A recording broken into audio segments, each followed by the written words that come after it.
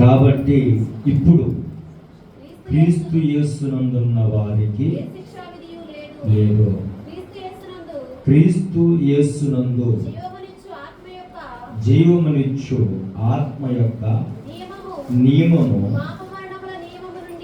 పాప మరణముల నియమముల నుండి విడిపించును. దేవుని స్తోత్రం. హల్లెలూయా. ఇలాంటి విషయాలు అర్థం చేసుకోవడం కొంచెం కష్టతరంగా ఉంటుంది. అయినా సరే మనసు దృష్టి పెడితే విషయాలు అనేవి కొంచెం మనకి ఆత్మ సంబంధ విషయాలు అర్థమవుతాయి. ఇలాంటివి కొంచెం అర్థం చేసుకోవడం కొంచెం కష్టతరంగా ఉంటుంది. ఒకటి పోయిన నిన్నటి దినం అందరం మనం వాక్యం చేసుకున్నాం ఏంటంటే పౌలు గారు చెప్పిన మాటలు ఏంటంటే నాలో వేరొక నియమము ఉన్నట్టుగా కనబడుతున్నది, అది నా మీద పోరాటం చేస్తుంది. కనుక మేలైనది ఏదో చేయగలిగింది దాన్ని నేను చేయలేకపోతున్నాను. ఏది చేయాలనుకుంటున్నానో దాన్ని చేస్తున్నాను, ఏది చేయకూడదు అనుకుంటున్నానో దాన్ని చేస్తున్నాను. హల్లెలూయా. ఏది చేయాలనుకుంటున్నా దాన్ని చేయలేకపోతున్నా. ఏదో ఒక నియమం అనేది నాలో ఉంది. ఏంటి ఆ నియమం అంటే ధర్మశాస్త్ర సంబంధమైన నియమము, పాప నియమము అనేది నాలో ఉంది. అది నన్ను ఏం చేస్తుందంటే నన్ను ఏం చేస్తుందంటే పోరాడుచు, ధర్మశాస్త్రము పోరాడుచు నా అవయములలోనున్న పాప నియమములకు నన్ను చెరపట్టి లోపరుచుకుంటుంది. హల్లెలూయా. ఏం చేస్తుందంటే పోరాడుచుంది. అది ఏం చేస్తుంది? నా మీద ఫైటింగ్ చేస్తుంది. దేని మీద? పాప నియమమునకున్నటువంటి ప్రధానమైన మూల సూత్రం ఏంటంటే శరీరం. ఓకే, నియమం అంటే ఏంటి అసలు? నియమ నిబంధనలు అంటారు చూసారా, రూల్స్ అండ్ రెగ్యులేషన్స్. అంటే అర్థం ఏంటంటే పాపానికి సంబంధించిన కొన్ని ఆ పాత క్రియలు అనేవి ఏవైతే ఉన్నాయో పూర్తిగా అవి మనల్ని విడిచి వెళ్ళిపోవటం లేదు. అవి మనలో కొన్ని ఉన్నాయి. అవి ఏం చేస్తాయంటే మన మీద ఎక్కువగా పోరాడుతున్నాయి. ఈ పోరాటంలో మన సందర్భంలో మనం అంటే పౌలు గారంటే మహాభక్తుడు కనుక ఆయన ఎలాగైనా కానీ ఆయన అంటాడు, ఏమంటాడంటే నేను నా శరీర విషయంలో ప్రతిరోజు నేను నా శరీరమును నలగగొట్టుకుంటున్నాను. ఎందుకు అంటే ఈ శరీరాన్ని నలగగొట్టుకోకపోతే ఇది మన మాట వినదు. శరీరం మన మాట, ఎందుకంటే శరీరము పాప నియమానికి కట్టుబడి ఉంది. ఈ పాప నియమం శరీరాన్ని అడ్డం పెట్టుకుని ఆత్మ సంబంధమైన మన మీద దాడి చేస్తుంది, పోరాడుతుంది. ఇది మనం లోపరుచుకుంటుంది, చేజిక్కించుకుంటుంది, వెనక్కి లాగేస్తుంది. కనుక ఈ పాప నియమము నుండి శరీర నియమము నుండి ఈ లోకము నుండి నన్ను రక్షించువాడు ఎవడు అని చెప్పి పౌలు గారు ఏమంటాడంటే, అయ్యో ఇట్టి మరణమునకు లోనగు ఈ శరీరము నుండి నన్ను ఎవడు విడిపించును? ఎవరు విడిపిస్తారు? అనేక మంది ఈ దినమందున ఎంతో మంది ఈ పాప నియమానికి కట్టుబడి కదా ఆత్మ బందీ అయిపోయి కదా ఏమవుతుందంటే సరసాలో ఒకటి బందీ అయిపోయింది. కనుక పౌలు గారు ఏమంటాడంటే, అయ్యో ఇట్టి మరణమునకు లోనగు శరీరము నుండి, ఈ శరీరం మరణానికి లోనైపోతుంది, పాపానికి లోనైపోతుంది, నియమానికి లోనైపోయింది, పాప భయంకరమైపోయింది. కనుక ఈ శరీరము నుండి నన్ను విడిపించువాడు ఎవడు అని పౌలు గారు ఏం చేస్తాడంటే కేకలు కాస్తున్నాడు. హల్లెలూయా. చక్కటి మాట. ఏ మాట అంటే ఇట్టి మరణమునకు లోనకు శరీరము నుండి నన్ను ఎవడు విడిపించునని అంటూ అయ్యో అని కేకలేస్తున్నాడు. దేవుని స్తోత్రం కలుగునుగా. హల్లెలూయా, హల్లెలూయా. మనం విడుదల పొందాలి. పాప నియమం మీద మన జయము కలగాలి. సాతాను సంబంధమైన క్రియల మీద జయం కలగాలి. సాతాను తలపెట్టే తంత్రాల మీద జయం కలగాలి. ఈ లోక అధికారి మీద జయం కలగాలంటే మనము దానితో నిత్యము పోరాడాలి. ఉపవాస ప్రార్థన పెట్టుకున్న తర్వాత ఈ 10 దినాలు అయిపోయిన తర్వాత అయిపోయింది, 10 దినాలు ప్రార్థన చేస్తే అయిపోయింది అనుకుంటే కుదరదు. ఈ పోరాటం ఎప్పుడు వరకు ఉంటుందంట? ఎప్పుడు వరకు ఉంటుంది? మరణ పర్యంతం వరకు కూడా మన శరీరముతో పోరాడవలసిందే. హల్లెలూయా. మన మరణ పర్యంతం వరకు కూడా పోరాటం జరుగుతూనే ఉంటుంది. కనుక నిత్యము ప్రార్థన చేసుకోవాలి, నిత్యము దేవుని దగ్గరగా ఉండాలి, నిత్యము మన శరీరాన్ని సాధకం చేసుకోవాలి, నిత్యము. హల్లెలూయా.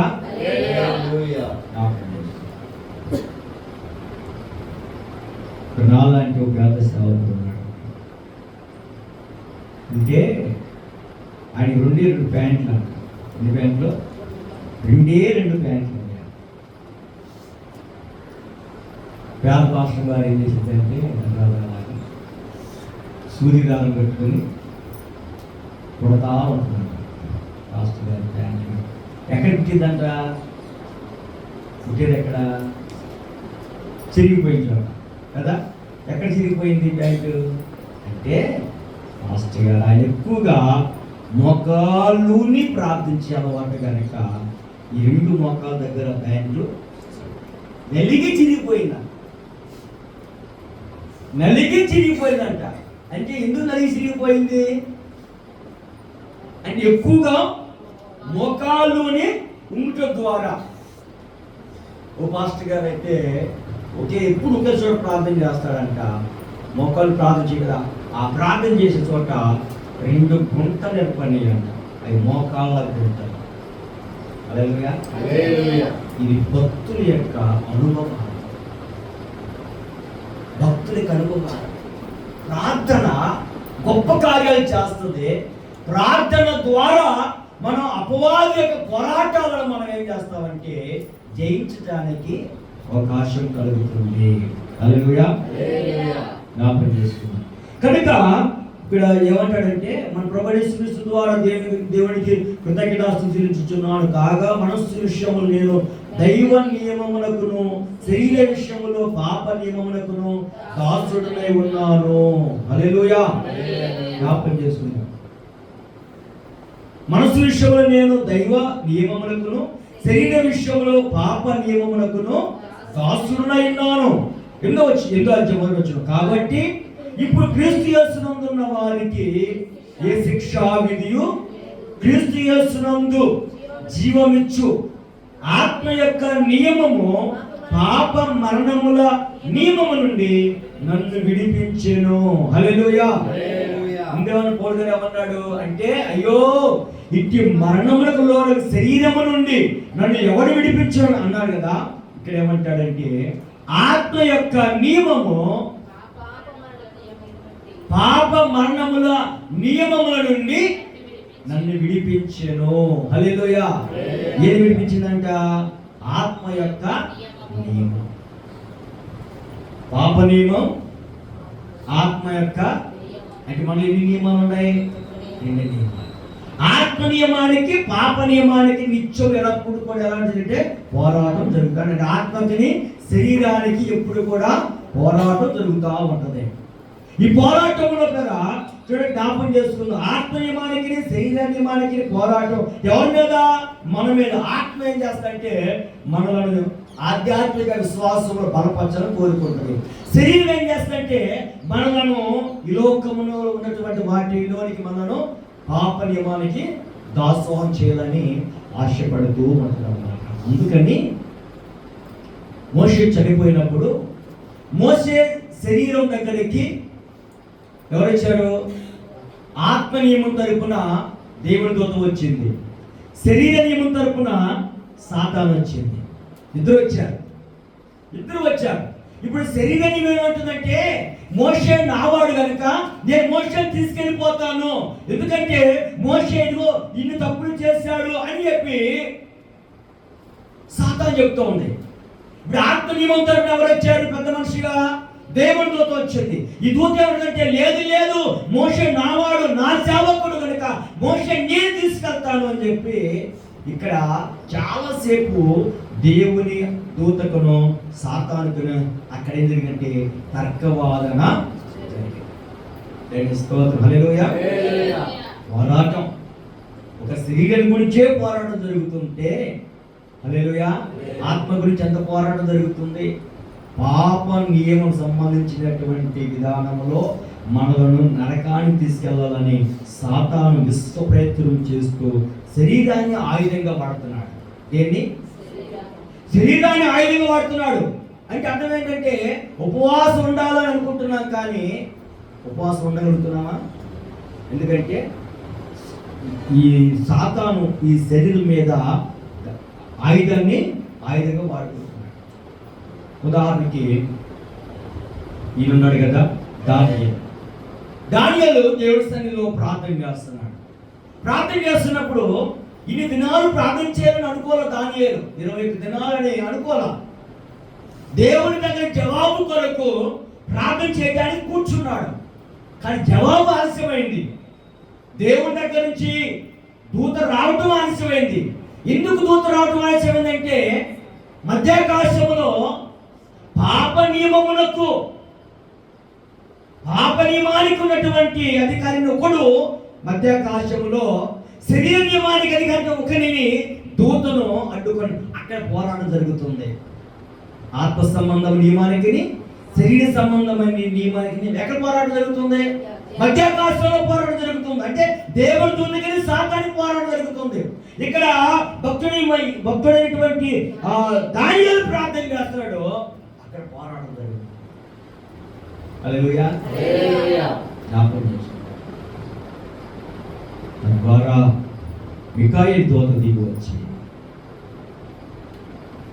శరీర నియమానికి బలవంతుడైనటువంటి సాతాన్ని గద్దించి గాబ్రియలు దూతని భూలోకాలు పంపించి దానియేలుతో మాట్లాడించాడు. దానియేలు, నువ్వు బహుప్రియుడవు. దానియేలు, నీవు దేవదూతల జ్ఞానం వంటి వాడవు. దానియేలు, బహుప్రియుడవు. నువ్వు ప్రార్థించినప్పుడే నీ ప్రార్థన దేవుని సన్నిధికి జ్ఞాపకార్థంగా చేరింది. కానీ ఇదిగో పరలోకంలో మధ్యాకాశంలో ఈ లోక అధికారి సాతానుడు అడ్డుకున్నాడు. హల్లెలూయా. అలాంటి మహాభక్తుల ప్రార్థనే అడ్డుకున్నాడంటే అపవాది చిన్న చిత్తగా మనం ఎంత. హల్లెలూయా. జ్ఞాపకం చేసుకున్నాం. కనుక అలాంటి మహాభక్తుడు దానియేలు ప్రార్థన జవాబు రాకుండా సాతాను అడ్డుకున్నాడు. మిఖాయేలు దూత వచ్చి సాతాను మీద ఏం చేసినట్ట? యుద్ధం జరిగింది. ఆత్మ సంబంధమైన కార్యాలు ఆత్మ సంబంధులకి అర్థమవుతాయి, శరీర సంబంధమైన కార్యాలు శరీర సంబంధులకు అర్థమవుతాయి. కనుక ఆత్మ సంబంధులైన మనం ప్రార్థన చేస్తున్నప్పుడు ఏం జరుగుతుందో, ఎలా జరుగుతుందో, మన ప్రార్థన ఎలా వెళ్తున్నాయో ఎలా వస్తున్నాయో అనేది ఆత్మ సంబంధంలో దేవుడు అనుదినం మనకి అన్ని విషయాలు బయలుపడుతూ ఉంటాడు. దానియేలు ప్రార్థన చేస్తున్నప్పుడు, తన ఉపవాసం ప్రార్థన చేస్తున్నప్పుడు తాను స్నానం చేయలేదు, వస్త్రాలు మార్చుకోలేదు, తానున్న గదిలోంచి బయటికి వెళ్ళలేదు. 21 దినాలు అయిపోయాయి. ప్రార్థన చేయలేక మూర్ఛిల్లిపోయి అలా పడిపోయి ఇంకా ఆత్మలో ములుగుతూనే ఉన్నాడు. హల్లెలూయా. పట్టుకొని అది ప్రార్థన చేస్తామో చేయలేమో కానీ మనం కోరికలన్నీ నెరవేరుకోవాలి. జరగకపోతే జరగలేదేంటి? ఈ సంఘంలో జరగవు, ఇంకో సంఘంలోకి వెళ్దాం, ఆ సంఘంలో జరగకపోతే ఇంకో సంఘంలోకి వెళ్దాం, ఆ సంఘం జరగకపోతే ఇంకో సంఘంలోకి వెళ్దాం. ఈ మన పనులంతా సంఘాలు జరగడమే కానీ కార్యాలు మాత్రం జరగవు. విశ్వాసం లేని వాళ్ళకి ఎన్ని సంఘాలు జరిగినా కానీ కార్యాలు ప్రార్థించాను నీ దగ్గర ఉందా? గోజాడే పాదాలు పట్టుకుని బతిమాలుకుని కన్నీరు విడిచి ప్రార్థన ప్రార్థించే అనుభవానికి మనం వస్తున్నామా?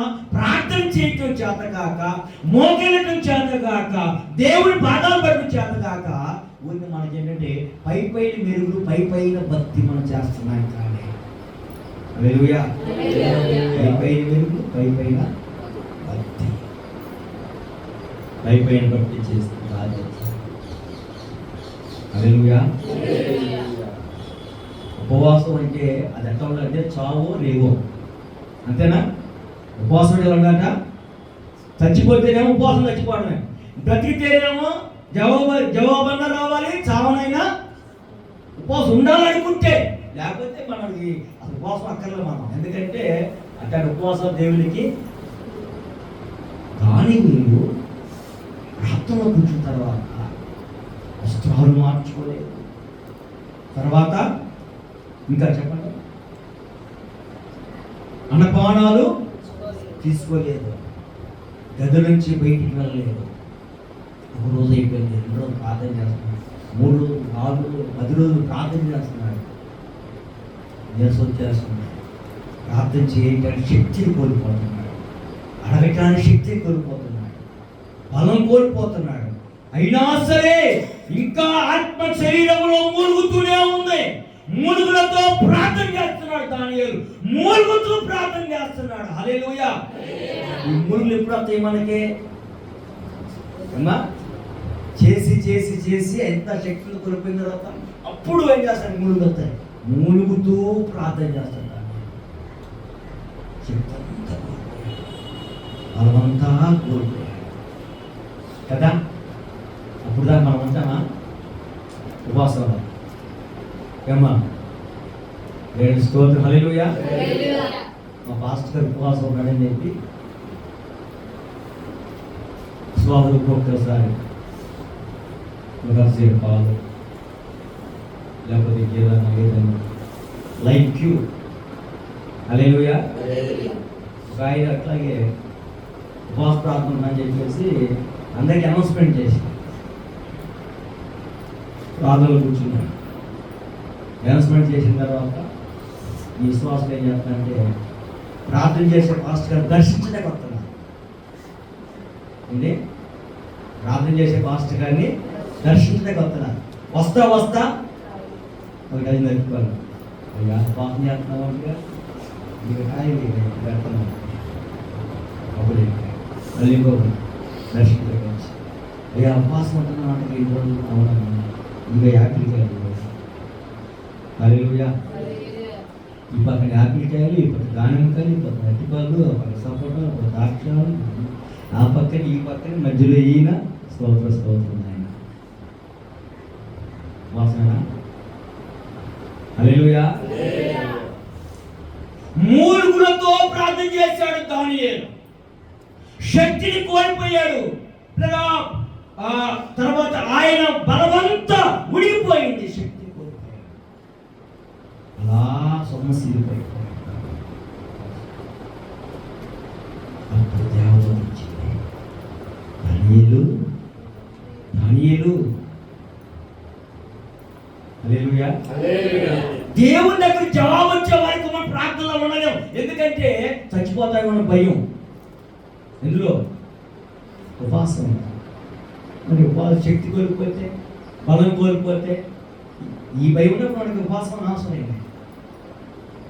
భక్తులైన వారు ఉపవాసం ఉన్నారు, కానీ ఇట్టడి భయానికి ఉపవాసం ఉండదు. ఉపవాసం అంటే ఉపవాసమే కదా. యేసు ప్రభువు 40 దినాలు, ఆయన 40 దినాలు అయ్యేసరికి ఆయన ఆకలి కొనెను రాయబడింది. అప్పటికి ఆయన ఏం కోల్పోయాడు?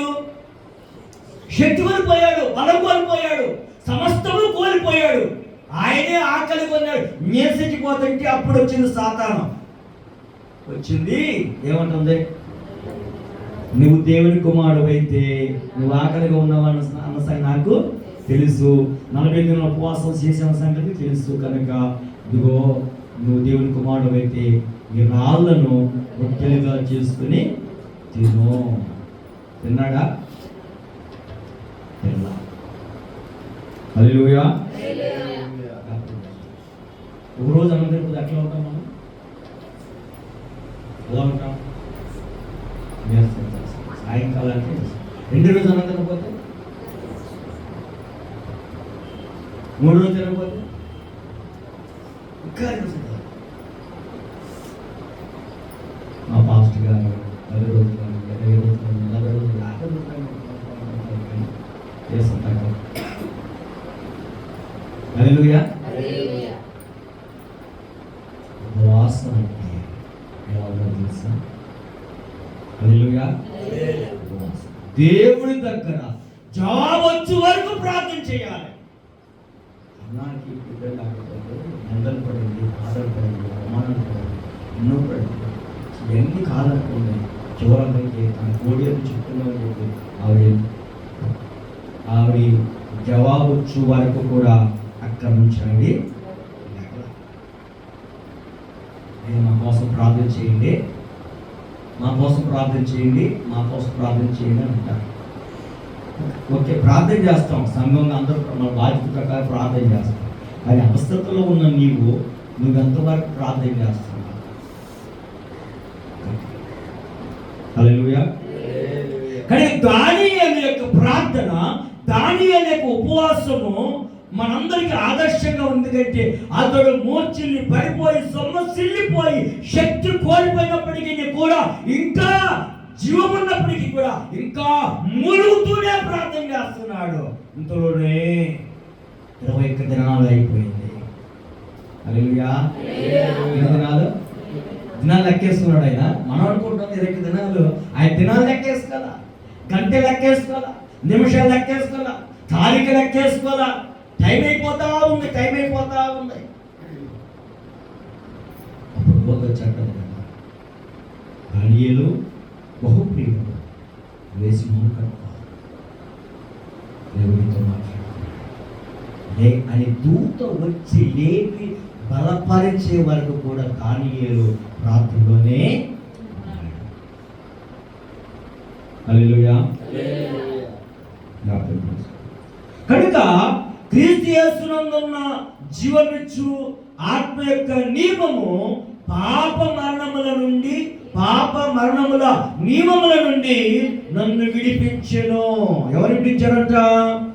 యేసు ప్రభు వారి యొక్క జీవమిచ్చు ఆత్మ ఏం చేస్తున్న మనలను పాప నియమము నుండి మనలను విడిపించుచు. 3వ వచనం, శరీరం అనుసరించక ఆత్మ అనుసరించి నడుచుకోను.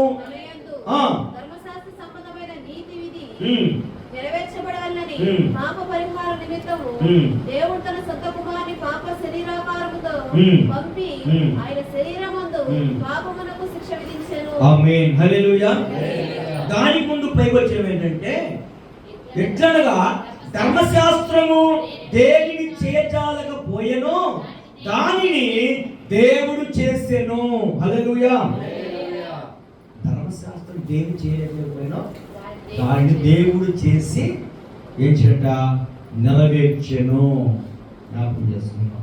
ఇక్కడ ఏమంటాడంటే,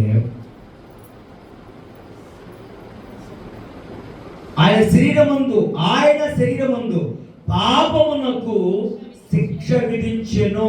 హల్లెలూయా. శరీరానుసారులు శరీర విషయముల మీద మనసులుంతురు, ఆత్మానుసారులు ఆత్మ విషయముల మీద మనసులుంతురు.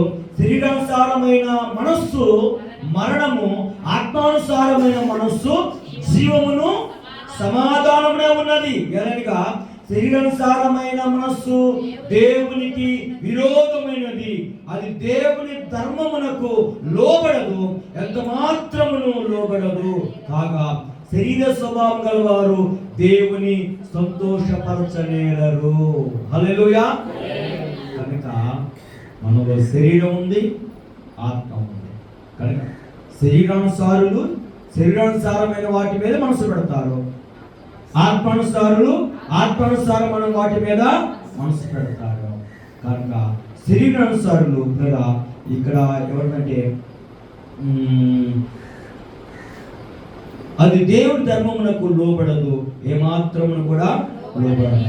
9 దేవుని ఆత్మ మీలో నివసించి ఉన్న ఎడల మీరు ఆత్మ స్వభావం గలవరే కానీ కాదు. ఎవడైనా క్రీస్తు ఆత్మ లేని వాడైతే వాడైన వాడు కాదు.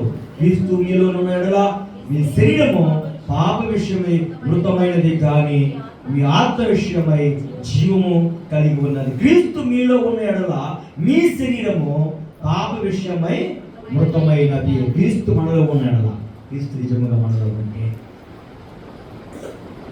పాప విషయమైన విధానాలు, శరీర సంబంధ విషయాలన్నీ కూడా వాటిలో మనం ఉంటాం, మృతమై ఉంటాం. హల్లెలూయా. క్రీస్తు మనలో లేకపోతే ఇవన్నీ కూడా అప్పుడప్పుడు మనలో మొల చేస్తూ ఉంటాయి. ఏంటంటే చేదైన వీరు ఏం చేస్తారు, మరలా చిగురిస్తూ ఉంటారు. హల్లెలూయా. జ్ఞాపకం చేసి అప్పుడప్పుడు ఏం జరుగుతూ ఉంటుందంటే ఇక్కడ దేవుళ్ళలో ఉన్నామని చెప్పుకుంటూ అప్పుడప్పుడు లోక సంబంధ విషయాలు మనం కొన్ని సందర్భాల్లో రుచి చూస్తూ ఉంటాం, టేస్ట్ చూస్తూ ఉంటాం. లోక సంబంధ విషయాలు ఏంటంటే అప్పుడప్పుడు నాలుగు మీద టేస్ట్ చూస్తూ ఉంటాం. అప్పుడు టేస్ట్ చోట ఒకటి చాలు పాపానికి. హల్లెలూయా. పాపానికి బలమేంటిది అంటే ఆజ్ఞాతిక్రమం. పాపానికి బలమేంటిది అంటే అవిధేయత. పాపానికి బలమేంటిదంటే మాట వినకపోవటం. నువ్వే పాపం చేయనక్కర్లా, ఒకే ఒక్క మాట వినకుండా, దేవుని మాట వినకపోకుండా ఉంటే చాలు, అది లోపరుచుకుంటుంది. దేవునికి విధేయత చూపకుండా ఉంటే చాలు, అది లోపరుచుకుంటుంది. లేదా లోకంలో ఉన్న వాటిని మనసు పెట్టి జస్ట్ ఊరికే చాలా కాలం వద్దని జస్ట్ అలా టేస్ట్ చూడాలనుకుంటే చాలు, అది నిన్ను లోపరుచుకుంటుంది. హల్లెలూయా.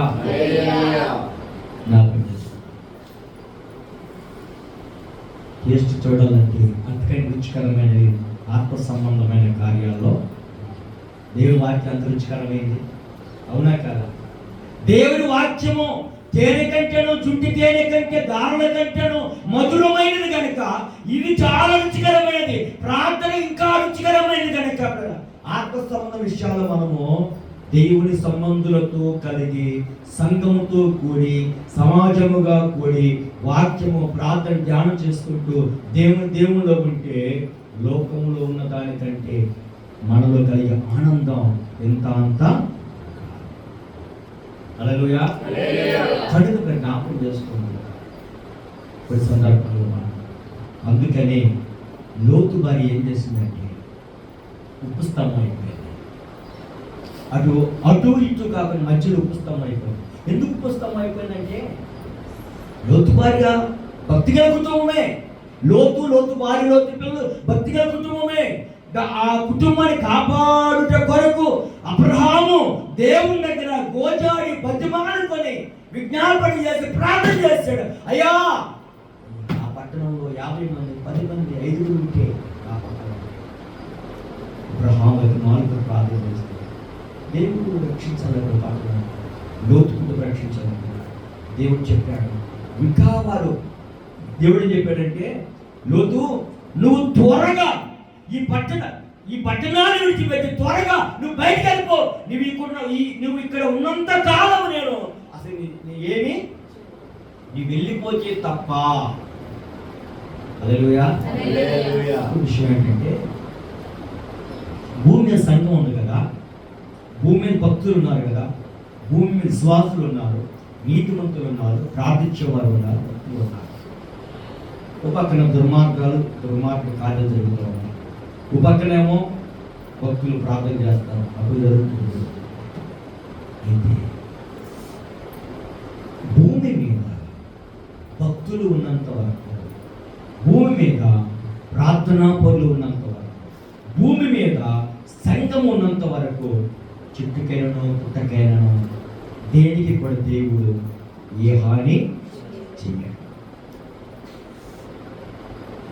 ఎప్పుడైతే సంఘము మధ్యాకాశానికి ఎత్తబడుతుందో పరిశుద్ధాత్మ యొక్క ద్వారా, అప్పుడు దేవుడు భూమి మీద తన ప్రచండ కోపమును, తన ఉగ్రతనే పాత్రను భూమి మీద దేవుడు కుమ్మరింపబోతున్నాడు. హల్లెలూయా. దుష్టులకి ఇంకా ఏంటి శిక్ష రావట్లేదంటే మనం బట్టే. ఎందుకంటే మనం ఇంకా ఉన్నాం కనుక ప్రార్థన చేస్తాం, మనం కనుక ఎత్తబడితే మధ్యకాశానికి, అప్పుడు దేవుడు భూమి మీద తన ఉగ్రతని పాత్రను కుమ్మరింపజేసి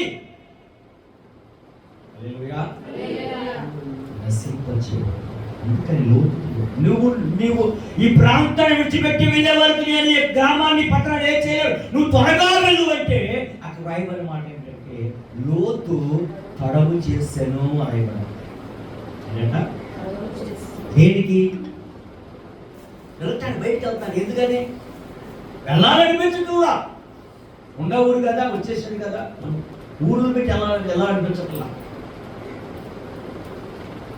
లోతే వచ్చి లోతు చేపట్టుకుని బయటికి లాక్కొచ్చేవారికి కూడా లోతు వదిలిపెట్టాడు గ్రామంలో. సరే మొత్తం మీద బయటకు వెళ్ళిపోయాడు. దేవుడు చెప్పాడు వెళ్ళిపోయింది, కానీ వెనక్కి తిరిగి మాత్రం చూడదు.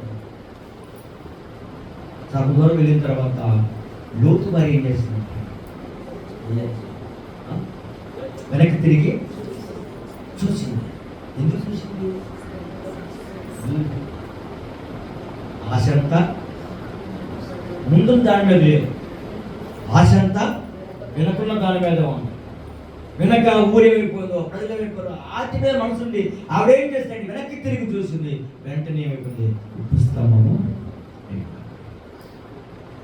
మన ముందు ఒక పరమకణానం ఉంది, మన ముందు పరలోక రాజ్యం ఉంది, దేవుడు రాజ్యం. మన ముందుకు ఉన్న మనందరూ చూడటువంటి ఒక గొప్ప పట్టణం ఉంది కనుక ఆ పట్టణం కొరకు చూడాలి, ఆ పట్టణం కొరకు నిరీక్ష కలిగి ఉండాలి. ఆ పట్టణం వెళ్ళటానికి మనం ప్రయత్నం చేయాలి. కానీ మనం ఏదైతే విడిచిపెట్టామో విడిచిపెట్టిన దాని ఎందుకు తిరిగి మరలా మనం వెనక్కి తిరిగి చూడకూడదు, వాటి ఎందుకు మరలా తిరిగి మనస్సు పెట్టకూడదు. హల్లెలూయా. బాప్తిస్మం పొందిన తర్వాత, మారుమనసు పొందిన తర్వాత, రక్షణ పొందిన తర్వాత, సంఘంలో చేర్చబడిన తర్వాత విశ్వాస యాత్ర ముందుకు కొనసాగించబడాలి. కానీ ఎవరిని ఏదైతే విడిచిపెట్టేసావో, ఏదైతే వదిలేసావో మరలా వాటి జోలికి వెళ్ళకూడదు, వాటిని మరలా తిరిగి టేస్ట్ చేయకూడదు. హల్లెలూయా. వాటిని అనుసరింపకూడదు. ఒకవేళ అలాగ చేస్తే లోతు వారి వలె అటు ముందుకు వెళ్ళలేక అటు వెనక్కి వెళ్ళలేక మధ్యలో మనం అయిపోతామంటే ఉబ్బిస్తాం. సరే అగ్గి వెనకే ఉందాం అనుకుంటే వెనకాలకి ఏమవుతుంది, అగ్గి గంధకములు పైనుంచి ఒక్కొక్క అగ్గి గంధకం పడిందంట. ఎన్నో బరువుగలటువంటి మడుగుల బరువులు ఏంటంటే ఆ గంధక ఆకాశం పడుతుంటే భూమి కాలిపోయి తగ్గ భూమి కాలిపోయింది. చరిత్రకారు చెప్పేది ఏంటంటే ఆనాడు ఎప్పుడో సొదొమ గొమొర్రాలో వచ్చినట్టు ఉగ్రతను బట్టి ఆ అద్దెగల వడగలిసి కాలిపోయిన భూమి ఇప్పటి వరకు కూడా అక్కడ ఏ మొక్క కూడా మొలవదు. ఇప్పటికి ఏ మొక్క కూడా మొలవదు అంటారు. ఇప్పటికి గూడు ఉందంటే ఎప్పుడో జరిగింది అంటే దేవుడు కాల్చేస్తాడు. జ్ఞాపకం చేసుకో, మనం కూడా ఉగ్రత పాలు కాకుండటానికి దేవుడి శిక్షకు పాత్రులుగా కాకుండా ఉండటానికి కదా దేవుడు తన నిర్ణయం చొప్పున ముందుగానే తన కుమారుడు యేసుక్రీస్తు వారిని ఈ లోకాన్ని పంపి పాప నియమముల నుండి మనం విడిపించడానికి తన కుమారుడు క్రీస్తు శరీరానికి పాపమునకు శిక్ష విధింపచేసి ఆత్మనియమం ద్వారా మనల్ని విడిపించాడు. హల్లెలూయా. అందుకని ఇప్పుడు క్రీస్తు యేసునందు ఉన్న వారికి, క్రీస్తులో ఉన్న వారికి, దేవుడిలో ఉన్న వారికి, దేవుడు నమ్ముకున్న వారికి, రక్షణలో ఉన్న వారికి ఏ శిక్షా విధియు లేదు. హల్లెలూయా. క్రీస్తు యందు ఉన్నావా, నీకు ఏ శిక్ష లేదు. దేవుడు నమ్ముకున్నావా, నీ మీద ఏ శిక్ష లేదు. నువ్వు స్వతంత్రుడవే. ఒకవేళ ప్రభు వస్తే మధ్యకాశానికి మనం పడిపోగలుగుతాం. లేదా ఏదైనా శరీర సంబంధమైన పాప నియమము నీలో పనిచేస్తే ఆ ఒక్క కారణం చేత హల్లెలూయా.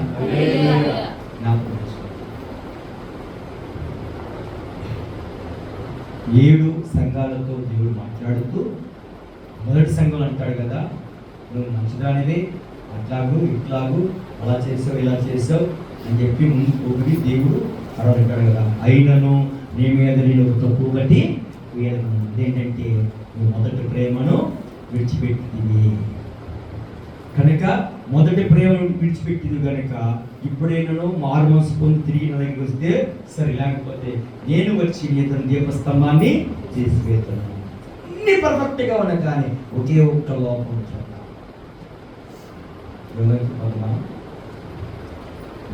సంపూర్ణులుగా ఉండాలి, పరిశుద్ధులుగా ఉండాలి. అందుకని పౌలు మహాభక్తుడు అన్న మాట మరల జ్ఞాపకం చేస్తుంది. ఎందుకంటే అది మన ఆత్మ జీవితానికి ఉద్దేశం కలిగించే మాట. అదేనండి, ఇదివరకే గెలిచితినని నేను అనుకోలేదు. ఇంత భక్తి చేశాను కదా, ఇంత పోరాడు, ఇంత సేవ చేశాను కదా, ఇంత చేశాను కదా, ఇక మీద నాకు ఉంది అంటే ఉంద నిరీక్షణ ఉంది. కానీ అయినా సరే వర్షం వచ్చినప్పుడు రోడ్డు నడిచేటప్పుడు రోడ్లో ఎలా నడవాలి, ఎలా నడవాలి? కాలు జారిద్దేమోనని జాగ్రత్తగా మన చోడ ప్రాంతం వెళ్తే వర్షం వచ్చి జరగదు, అదంతా బాడీ అవసరం, అది ఊరికే జారిపోదు. ఎక్కడ జారిపోతుందో కింద పెడితే లాభం. చాలా జాగ్రత్తగా నడిచేటప్పుడు నా దారిలో చాలా జాగ్రత్తగా అట్లా స్లిప్ అయ్యాము. పడిపోకుండా ఆత్మ జీవితంలో పడిపోకుండా మనం జాగ్రత్తగా చూసుకోవాలి. ఎందుకంటే సాతాను మనకు అనేక రుచులను చూపిస్తాడు. ఏంటంట? అనేక రుచులు. ఇదిగో అవ్వా ఆ పండు చూడు, సాతాను ఏం చేయదు, చూపించిందని చూసా పండు చూసావా, అది ఎంత బాగుందో, ఎంత రమ్యంగా ఉందో, ఎంత అందంగా ఉందో, అది తింటే ఏమవుతుందో తెలుసా? దాని గురించి కొన్ని హెచ్చరికలు చేసి వివరించి దాని మీద బోధ చేసి ఎట్టకేళ్ళకి దాన్ని తినటానికి ప్రేరేపించి ప్రేరేపణ కలిగించి తినేటట్టుగా చేసింది అపవాది. తిన్న తర్వాత ఏమైంది? చెడిపోయింది. ఆడే మనమా? ఎవరు చెప్పారు? మనమే. పాపం పడింది అవే, మహిమను కోల్పోయింది అవే, ఏదేదో బయటకు ఎట్టివేయబడింది అవే, నష్టపోయింది అవే. వాడు చక్కగా బయటికి వెళ్ళిపోయాడు. హల్లెలూయా. నిత్య జీవమునకు మనకు ముందుండగా ఆ నిత్య జీవములోనికి మనం వెళ్ళనివ్వకుండా వాడు మన అనేక అడ్డంకులు పెట్టి కదా మన ఇలోక సంబంధం రుచులను చూపించి నేను ధనమిస్తానంటాడు. నేను ధనం ఇస్తాను, ఐశ్వర్యం ఇస్తాను, ఈ లోకము ఏది కావాలి నీకు అన్నీ ఇస్తాను నీకు అనుకుంది అపవాది. ఇస్తాడు, అన్నీ ఇస్తాడు. వాస్తవం మాట, అన్నీ ఇస్తాడు. కానీ ఆ వాడు ఇవ్వలేనిది ఏంటంటే ఒకటే, ఏంటిది? పరలోక నిత్య జీవం. హల్లెలూయా. సుప్రభు దగ్గరికి వచ్చి అన్నాడు, ఇదిగో ఈ లోక రాజ్యాన్ని చూడు, నీవు కనుక నమస్కారం చేస్తే ఇవన్నీ నీకు ఇచ్చేస్తాను. యేసు ప్రభుతోనే చెప్పాడు. కావాలా వినంటే? ఏమో కావాలా? పరలోకం ఎట్లా ఉంటుందో తెలుసా మీకు? అడగండి దేవుని దర్శనంలో, ప్రభా నీ రాజ్యం ఎలా ఉంటుందో అడగండి.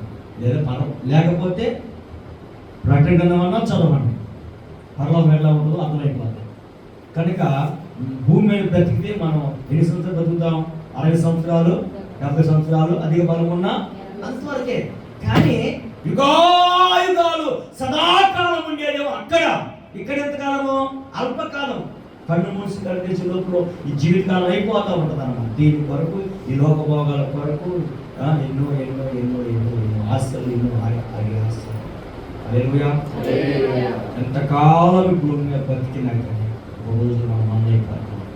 ఇది శాశ్వతం కాదు. ఇక్కడి నుంచి మనం ట్రాన్స్ఫర్ అయిపోతాం. వెళ్ళిపోయిన తర్వాత దేవుని కలిగి ఉంటేనేమో దేవునితో సదాకాలం అంటాం, దేవుడు లేకపోతేనేమో నరకంలో సదాకాలం అంటాం. ఉంటే అక్కడ, లేకపోతే ఇక్కడ, ఎక్కడో చోట మన నిత్యత్వం అనేది ఉంటుంది. కనుక మనం దేవుడితో కూడా సదాకాలం ఉన్నట్లుగా మనము తీర్చిదిద్దుకోవాలి. హల్లెలూయా. పాప నియమము నుండి మనం విడుదల పొందాలి. పాపము మన మీద పరిపాలన చేయకోకుండా మనము జాగ్రత్తగా మన యొక్క ఆత్మీయ స్థితిని జాగ్రత్తగా బాగా కాపాడుతాడు. మన భక్తి జీవితం కాపాడు. తాను నిల్చున్నాను అనుకున్నవాడు తను పడిపోకుండా ఉన్నట్లుగా జాగ్రత్తగా చూసుకోవడానికి వాక్యం చెబుతోంది. అంటే భక్తి జీవితంలో కూడా మనం కొన్ని సందర్భాల్లో భక్తి చేసేటప్పుడు ఏం చేస్తామంటే పక్కన వాళ్ళు పోల్చుకుంటా ఉంటాం. పక్కన సంగతి మన ఆశ్రయం పర్వాలు వెళ్తాం, నాకేం వెళ్తాం మనకి తెలియదు అసలు. పక్కన పోల్చుకుంటే వారి భక్తి జీవితంతో మనం పోల్చుకుంటాం. కానీ మనం ఎన్నడూ కూడా ఒకరి భక్తి జీవితంతో మనం పోల్చుకుంటే సంబంధమే లేదు. ఎవరి భక్తి జీవితము వారిదే, ఎవరి విధానం వారిదే. హల్లెలూయా. నిత్య రాజ్యాన్ని కావాలి. పాప నియమం యొక్క పోరాటాలను క్రీస్తులో మనం సదాకాలం దేవునితో కూడా ఉంటాం. అందుకే ఆ నియమము, ఆ పాప నియమం నుండి పోరాడటానికే, జయం పొందటానికే ఈ ఉపవాస ప్రార్థన. ఈ ఉపవాస ప్రార్థన ఏంటంటే ప్రార్థన ద్వారా నీ మీద దాడి చేసేటువంటి ఈ శరీర క్రియలు, పాప క్రియలు ఏమైతే ఉన్నాయో వాటన్నిటిని కూడా మనం చేసుకుంటే చంపేయాలి. ఏం చేయాలంట? చంపేయాలి. ఒకసారి మనకి జ్వరం వస్తూ ఉంటుంది. జ్వరం ఎందుకు వచ్చింది? మనకి జ్వరం వస్తుంది కదా. ఇప్పుడు వచ్చింది నీకు జ్వరం ఏమా? ఏం మాట్లాడుతున్నా? జ్వరం అంటే ఏంటో నాకు తెలుసా తెలీదా? అంటే జ్వరం వస్తే ఒళ్ళు ఎట్లా ఉంటుందంటే వేడిగా ఉంటుంది. నీకు తెలియదని చెప్తున్నాను. వేడిగా ఉంటుంది. తర్వాత నాలుగు సప్గా ఉంటుంది. కాయలు తినాలని లేకపోతే ఇంకా జ్వరం ఎందుకు వచ్చిందండి? మనలో తెల్ల రక్త కణాలు, ఎర్ర రక్త కణాలు ఉంటాయి. మన రక్తంలో ఉంటాయి. తెల్ల రక్త కణాలు ఏం చేస్తాయి అంటే ఎర్ర రక్త కణాల మీద దాడి చేస్తాయి. ఎర్ర రక్త కణాలేమో మన ఆరోగ్యాన్ని కలిగింపు చేస్తాయి. తెల్ల రక్త కణాలేమో మనకి కీడు చేస్తాయి. మనం తినే ఆహారం ద్వారా కలిగే బ్యాక్టీరియా శరీరంలోకి వెళ్ళినప్పుడు, అది రక్తం కలిసినప్పుడు మనలో ఎర్ర రక్త కణాలన్నీ కూడా వాటిని చంపేసుకుంటా ఉంటే మనం ఆరోగ్యకరంగా ఉంటాం.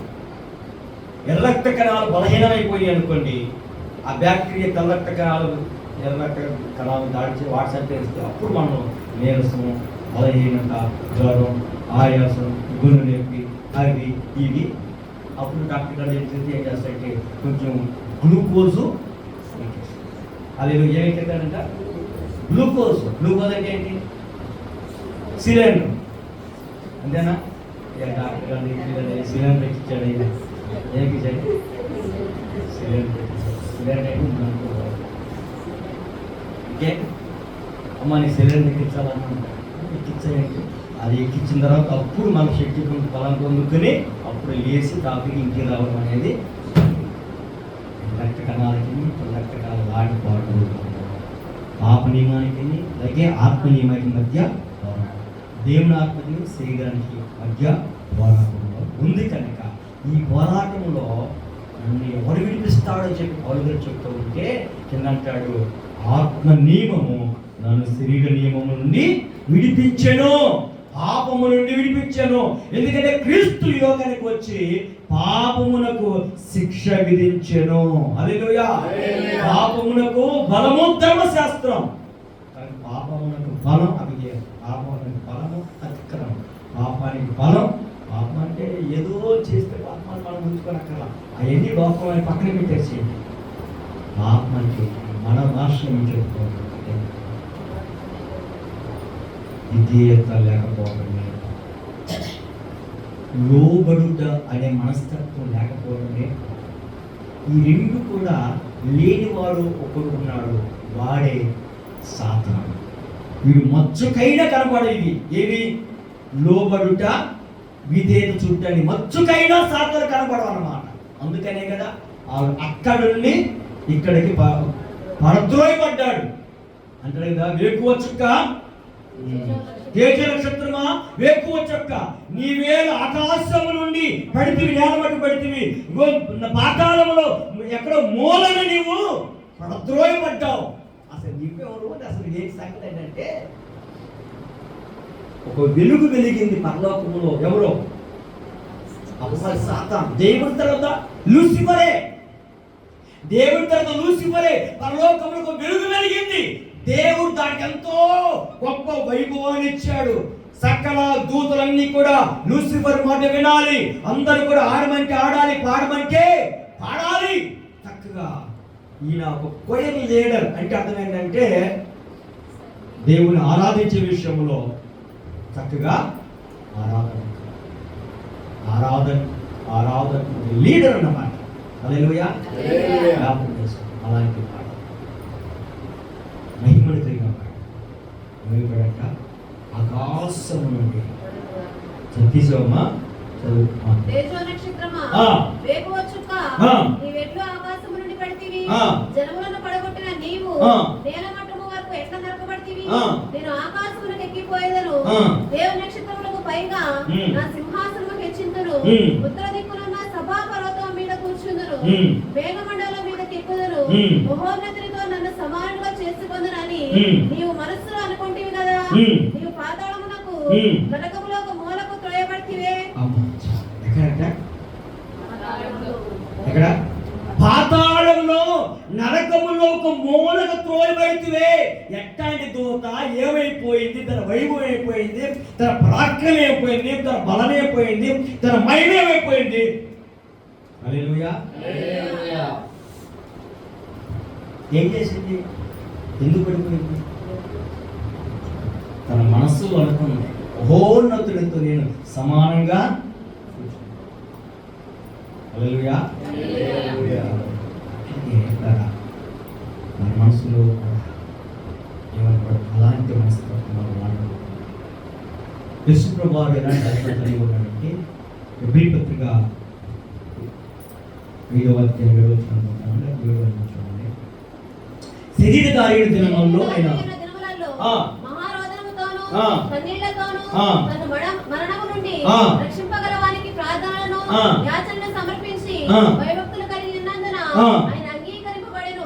ఆయన కుమారుడైయుండియు తాను పొందిన శ్రమల వలన విధేయతను నేర్చుకొనెను, మరియు ఆయన సంపూర్ణ స్థితి పొందినవాడే.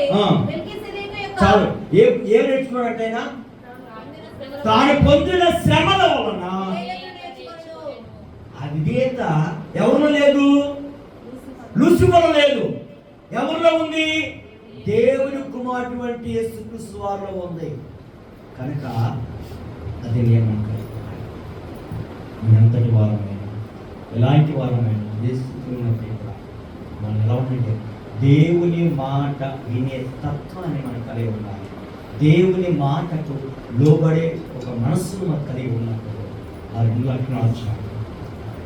ఒకటి లోబడ్డ, రెండోది విధేయత చూపు. ఈ 2 లక్షణాలు ఉంటే చాలు దేవుడు మన పైకి. హల్లెలూయా. ప్రార్థన చేసుకుంటాం.